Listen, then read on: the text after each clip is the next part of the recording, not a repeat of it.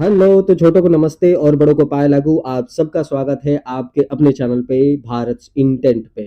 तो आप सभी को बहुत बहुत बहुत सारी बधाइयां हो, क्योंकि राम जन्मभूमि का उद्धार होने वाला है 22 जनवरी को प्राण प्रतिष्ठान के लिए। आप सबको बहुत बहुत बहुत बधाइयां। और श्री राम मंदिर को लेकर कई सारे विवाद होने लगे हैं, और उन्हीं में से एक विवाद यह है कि क्षत्रिय और राजपूत पूरे भारतवर्ष के कुछ नाराज चल रहे हैं श्री राम मंदिर को लेकर। तो आज हम इस वीडियो में उसी को समझना और उसी को जानने की कोशिश करेंगे। तो कहानी शुरू करते हैं लगभग 496 साल पहले, यानी कि 1528 में, जब रामकोट पर यानी कि राम जी के किले पर स्थित मंदिर को तोड़कर बाबर के कमांडर मीर बाकी ने मस्जिद बनवाई, जिसका नाम मस्जिद जन्मस्थान था 1940 के दशक तक। और उसी मस्जिद को 1992 में कार सेवकों ने सैकड़ों सालों के संघर्ष के बाद, जब उन्हें लगा कि सरकार को भी राम आस्था से कुछ लेना देना नहीं है, तो वह आगे बढ़ के बाबरी के ढांचे को गिरा दिया। और उसके बाद फिर एक बहुत महत्वपूर्ण साल आता है, जो है 2019, जब सुप्रीम कोर्ट ने यह मान लिया कि मंदिर वही था और यह स्थल हिंदू पक्ष को हैंड ओवर कर दिया गया। और उसी के कुछ ही दिनों बाद, यानी कि 5 फरवरी 2020 को, जब सरकार ने श्री राम जन्मभूमि तीर्थ क्षेत्र ट्रस्ट को गठन किया, और उसकी ये जिम्मेदारी थी कि राम टेम्पल को कैसे वो संरक्षण में लाएगा और मंदिर को बनाएगा। और ये विवाद इसी संगठन को लेकर आज फिर से सबके सामने उभर रहा है। तो आज हम इस वीडियो में जानते हैं क्यों। तो जैसे जैसे प्राण प्रतिष्ठा का दिन पास आ रहा है, वैसे वैसे ही कई सारे विवाद भी इसके पास आ रहे हैं। पर आज हम हर विवाद पर नहीं, बल्कि बस इसी विवाद पर बात करेंगे। तो कल से ही देश के राजपूतों, क्षत्रिय या फिर ठाकुरों का गुस्सा सामने आ रहा है देश भर के सामने। और उनका कहना यह है कि उन्हें राम मंदिर के निर्माण में उन्हें हिस्सेदार नहीं बनाया गया है, और उन्हें सरकार और ट्रस्ट के लोगों ने दरकिनार किया है। तो अब पता करने की कोशिश करते हैं कि इस विवाद का तथ्य क्या है। जी हाँ, ये सब सत्य है।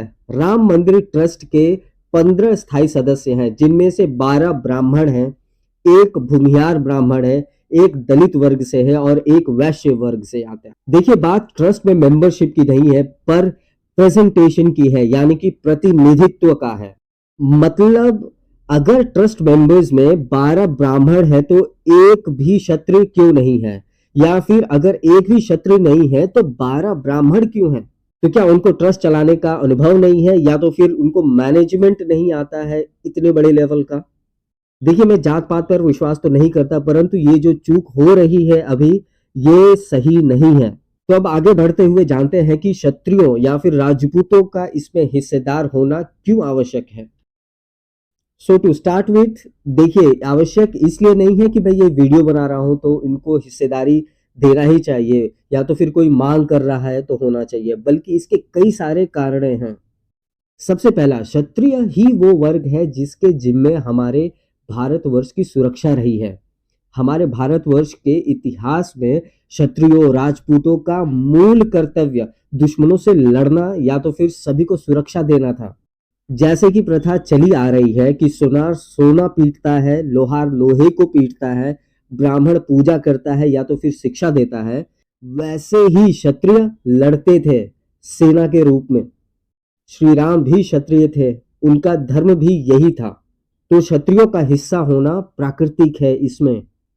प्रमाण के तौर पर, जब मीर बाकी ने रामलला के मंदिर को तोड़कर श्री राम के जन्म स्थान पर मस्जिद बनवानी चाहिए, तब वहां के सूर्यवंशी राजपूतों ने बाबर की सेना से लड़ाई छेड़ दी थी और कई लोग वीरगति को प्राप्त हुए।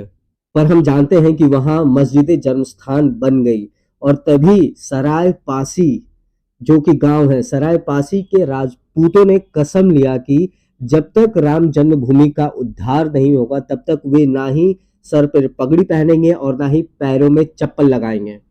एंड गेस व्हाट, आज भी जो वहां के राजपूत है वे इस कसम को जारी रख रहे हैं। एंड ऑफ कोर्स, उन्होंने आज तक ना ही अपने सर पे पगड़ी पहनी है और ना ही पैरों में चप्पल लगाई है।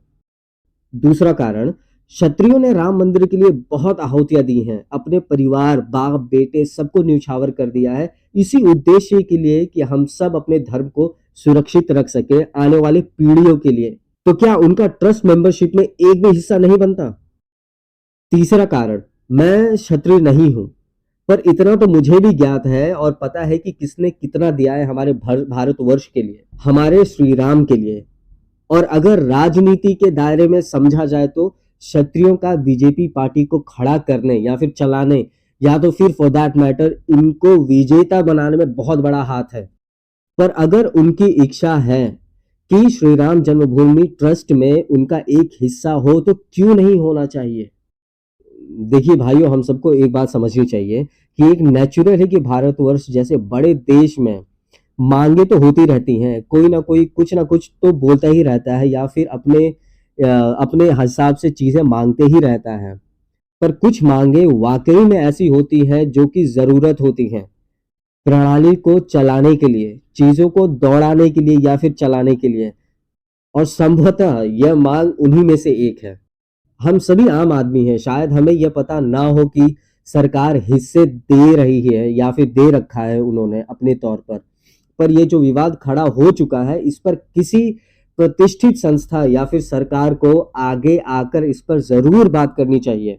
और अगर कोई मिसकम्युनिकेशन है तो उसे दूर भी करना चाहिए और वो आगे आके सबको समझाएं कि बाकियों का हिस्सा क्यों बनता है या तो फिर क्षत्रियों का क्यों नहीं बनता है।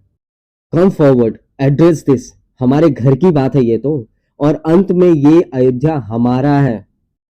और जो लोग उग्र हो रहे हैं इस डिमांड को लेके, उन्हें भी ये बात समझनी चाहिए कि हमने हजारों लाखों जानों को खोया है सिर्फ ये मुकाम प्राप्त करने के लिए। हमारी साख सबसे ऊपर नहीं होनी चाहिए। हमारे लिए हमारे श्री राम, हमारे आराध्य सबसे ऊपर है, हमारी ईगो या फिर हमारा जिद नहीं। हम हर चीज वार्तालाप से सॉल्व कर सकते हैं, उसका हल हम प्राप्त कर सकते हैं। और लास्टली, हम सबको हमेशा एक बात हमें याद रखनी चाहिए कि हम सब भारतीय हैं। Remember this, remember this till the day you die, कि हम भारतीय हैं। हमारे जिद से, हमारे ईगो से ऊपर बहुत कुछ है। हमारे श्री राम हमसे ऊपर है, हमारा भारतवर्ष हमारे जिद, हमारे ईगो से बहुत ऊपर है। आई होप हम सबको कुछ ना कुछ समझ आई होगी इस वीडियो से। तो अगले वीडियो तक guys, take good care of yourselves.